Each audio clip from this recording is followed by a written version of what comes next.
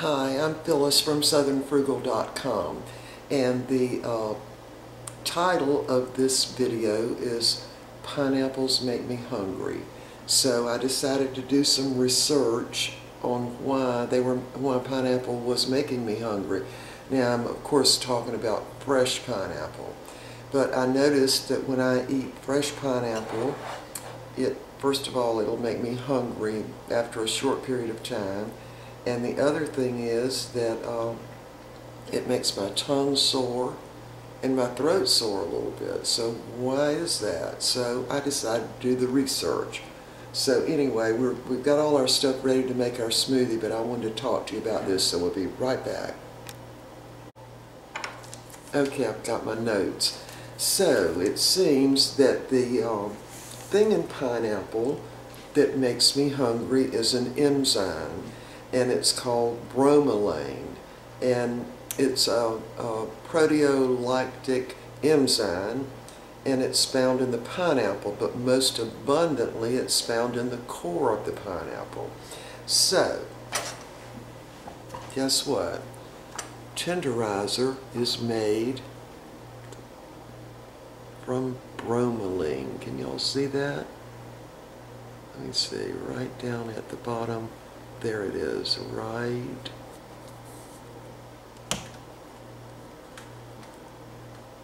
there. Is that it? Yeah, there it is, sorry.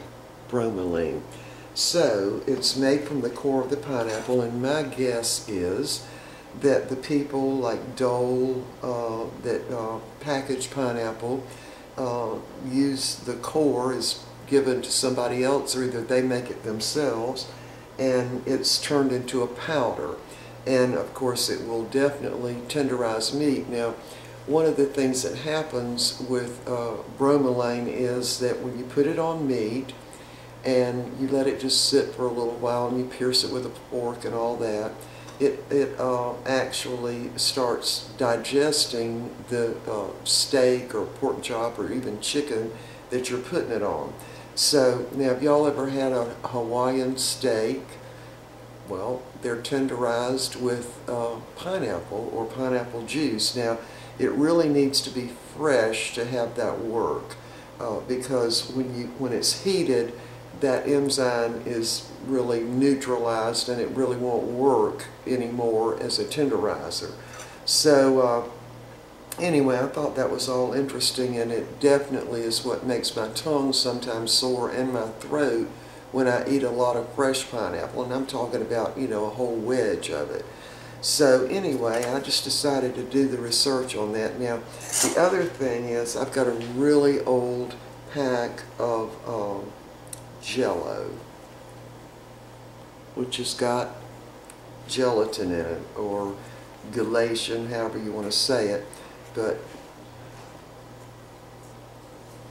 see right there, it tells you to not mix Jell-O with fresh pineapple. And what happens is the bromelain in the pineapple actually starts digesting the protein that's actually in the Jell-O. See, contains 2% protein. Now, we stopped eating Jell-O, I don't know, 3 or 4 years ago, and this pack is so old the color has started fading. I don't know why I kept it up in the cabinet, thinking that sometime we might eat it, I don't know.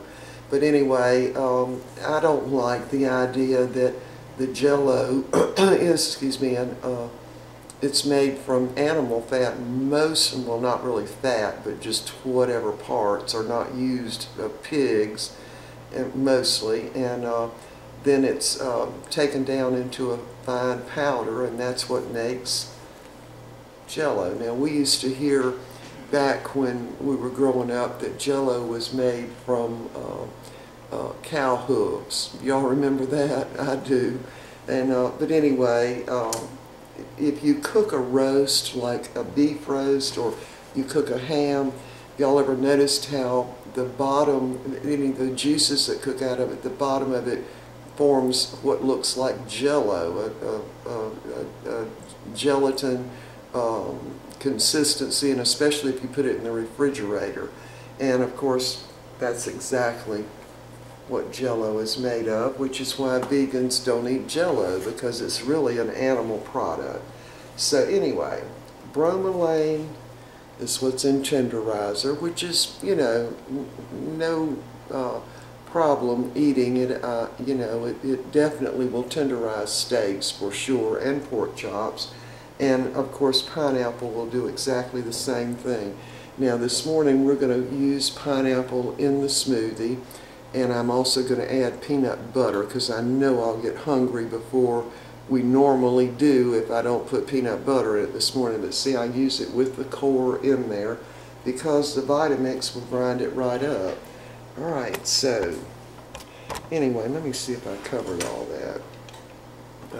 I did find it interesting that pineapple is originally from Brazil, not Hawaii. It's from Brazil, and it found its way to Hawaii, and of course that was a good growing climate for the pineapple.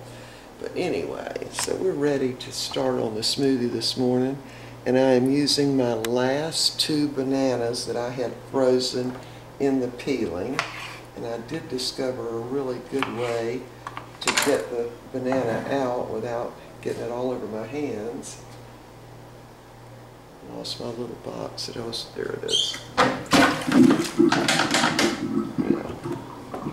And I was putting my peelings in. And then I just squeeze it out. Oh, could y'all see? Let me see. It's hard to see. We got such a bright sun this morning there. Alright, so I've already got my greens in there, and this is spinach and baby kale.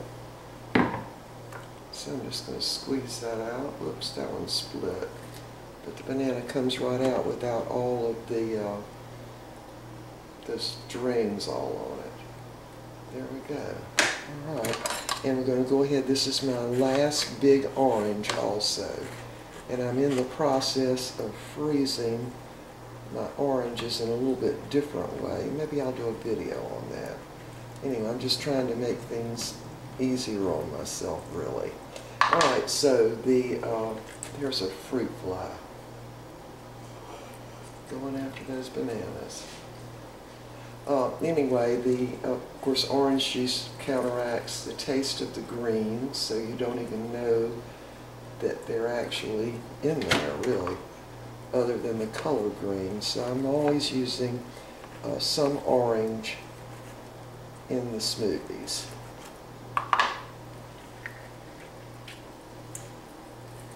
Alright, so that's the oranges. The other thing I'm going to add this morning, blueberries, for the great antioxidants that's in the blueberries. And of course we're going to use the pineapple. Got 2 chunks of that. And got barley cube, 3 cubes of oatmeal and cream of wheat, 2 cubes of dates, 1 cube of quinoa, and 1 carrot. Now this is the last little cube I've got of carrots, so I've definitely got to get more. This is the almond butter, and this is the coconut pulp. So this little row right here makes up for really not having to buy almond and coconut milk. Alright, so we're ready to dump this in. I think I will cut that pineapple up a little more than that. It's still partially frozen, but I am putting that core in too because the Vitamix will grind it right up.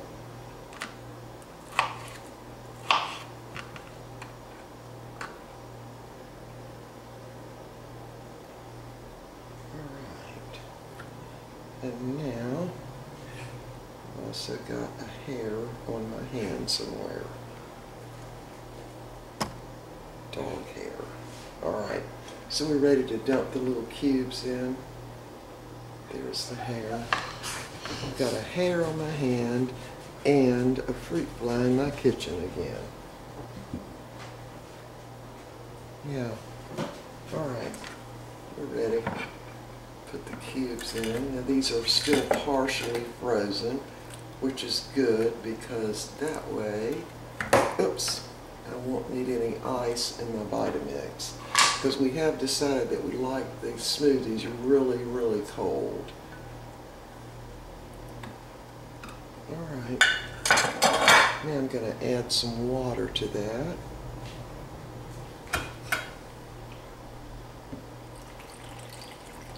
Maybe, I don't know, 3/4 of a cup this morning. I'll have to mash that down a little bit. See if I can get the peanut butter in it already. Yeah, so I'm using just great value peanut butter now. I think that's actually made by Jif.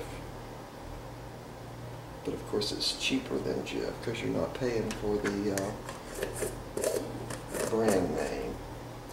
Alright, we're ready. Get that peanut butter off my hand. Alright, let's see if it's going to grind up really nice this morning. Alright, here we go. Let me move in closer so y'all can watch it grind up.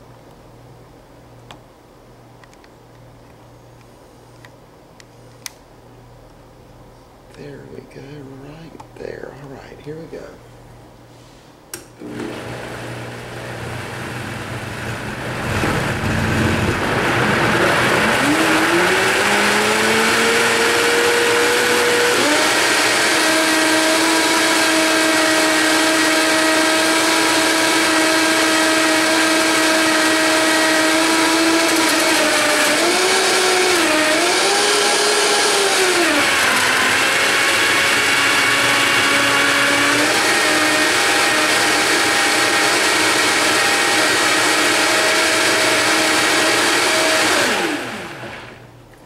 It's taking a little longer because it's very frozen.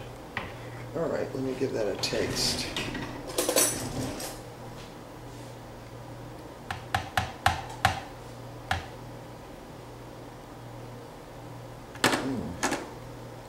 Very, very good. Definitely taste the peanut butter. We're going to grind it just a little bit longer. I really made a mess here this morning. Alright, here we go.